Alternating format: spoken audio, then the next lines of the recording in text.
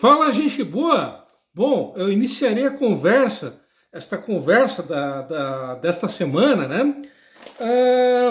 Digamos, fazendo vocês ter água na boca, né? Ter vontade de ter fome, né? Então, isso aqui, né? E após fazer vocês morrer de fome, né? Eu farei aquele velho e tradicional gesto de sempre, né? De novo. Bom, antes que vocês pensem que eu pirei de vez, né? Que não, antes que vocês não só pensem que eu pirei de vez, como algum de vocês telefone imediatamente para algum hospício para vir buscar, né? Digamos, cavalheiristicamente este pobre, esquecido e anônimo youtuber, né? Antes que vocês pensem que eu pirei de vez, né? Eu farei agora a devida e necessária explicação, tá? Bom, eu mostrei isso aqui, tá? E eu fiz isso aqui porque ao longo desta semana, né, ao longo da última semana, a família TV Alameda Cultural, ela ganhou 3 novos membros, tá? O primeiro membro, infelizmente, o YouTube, né? Sacana como sempre, não me disse quem é. Tá? O segundo membro, né, o segundo novo membro da família TV Alameda Cultural é o Doutor Bolacha, né?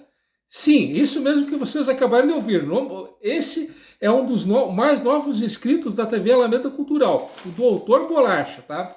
E o terceiro e mais novo membro da família TV Alameda Cultural, tá? É o Francisco de Assis Nascimento, que é um cara bastante sério, um grande conhecedor da história de Joinville, e que eu tive o prazer de entrevistá-lo em agosto de 2017 para o meu blog, né? O blog Alameda Cultural, né? Embora o Francisco, ele tenha nascido em Mafra, ele passou, né? E ainda vive praticamente desde sempre, ele vive em Joinville, né? E, caso não esteja enganado, ele é funcionário aposentado do Banco do Brasil. E eu diria que ele é o Forrest Gump joinvilense, né? Para quem não sabe, o Forrest Gump, né? É um personagem, né, que foi vivido em um filme de 1994, caso eu não esteja enganado, pelo Tom Hanks, né? Aquele filme até bem famoso, né?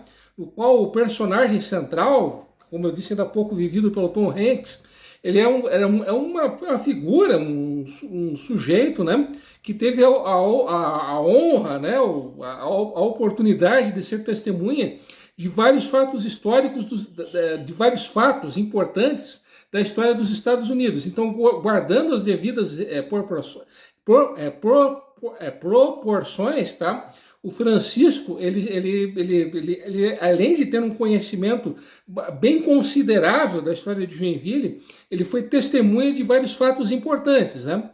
Então, Francisco, Doutor Bolacha e inscrito desconhecido, então sejam bem-vindos à família, tá? Mas já depois de ter sufocado esses 3 caras, né, os 3 novos membros da TV Alameda, da família TV Alameda Cultural, né, após tê-los sufocado com tantos confetes que eu joguei neles, tá? Agora chegou o momento de finalmente falar sério, tá? Bom, na semana passada, né, como vocês devem se recordar, tá? Eu contei um pouco tanto da história da velha Catedral de Joinville quanto da atual Catedral. Pois bem, naquela ocasião eu citei o Monsenhor Escarzelo com Z, tá? Z e 2 L's, tá? O sobrenome do cara é o típico trava-língua, né? Bom, o Monsenhor Escarcelo, tá? Até irei mostrar a vocês a foto aqui desse rapaz, né? Então, o famoso e célebre Monsenhor Escarcelo é esse cara aqui, ó, né? Esse rapaz aqui que aparece na foto exalando, né? E cheirando alegria, tá? Então, esse rapaz alegre, né? Rapaz alegre no bom sentido, é claro, tá? foi, né, o Monsenhor Escarcelo, tá? Não é Escarcelo, Escarcelo, tá? É o típico, como eu disse há pouco, o sobrenome do cara era o típico trava-língua, tá? O Sebastião, né? Sebastião, que era o nome desse cara, dele, tá? Ele nasceu na Itália, numa região, no norte da Itália, numa região conhecida como Piemonte, tá? Bom, o pai dele era um nobre, tá? Era o conde de Saumur, tá? E a mãe dele também era uma nobre, era a marquesa de Vila Miranda, né? Então esses eram os pais do nosso glorioso Monsenhor, tá? Ele nasceu em 1880 e ele chegou a fazer aliás, eu já estava me esquecendo, tá? Tem uma outra foto que eu gostaria de mostrar a vocês, tá? Que é essa foto aqui, tá? Só um instante. Tá? Ao fundo, tá? Essa foto ela foi batida do Palacete Niemeyer. Para quem não sabe, o Palacete Niemeyer é aquela construção antiga ao lado da agência central do Banco do Brasil, né?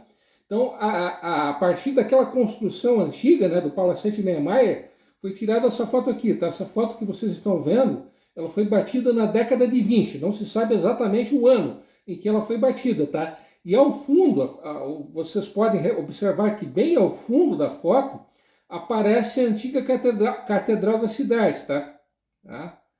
Bom, como eu ia dizendo, o glorioso Monsenhor Sebastião, né, eu não me arriscarei mais a pronunciar o sobrenome do cara. O sobrenome do cara, como eu disse há pouco, é o típico trava-língua, tá? Mas voltando, né, a falar o que interessa, tá, sobre esse rapaz aqui, tá?